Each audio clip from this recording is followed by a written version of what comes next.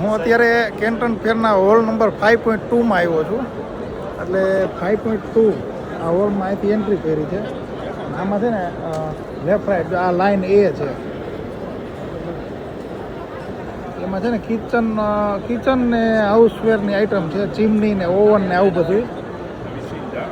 પછી જો આવી રીતે હું જોતો જાઉં છું ત્યારે પહોંચાય. જો આમાં છે ને મશીન ને એવું બધું છે, ગેસ ને મશીન. અહીંયા ઊભા બે લાઈનમાં જેટલું જોવાય ને એટલું જોઈ લેવાનું. ગેસ સ્ટવ ને વોશિંગ મશીન ને ઇલેક્ટ્રિક વસ્તુ ને હાઉસ હોલ્ડની વસ્તુ. પછી આ સી લાઈન, સી લાઈનમાં છે ને અહીંયા ઊભા દેખાય ને એટલું બધું જોઈ લેવાનું.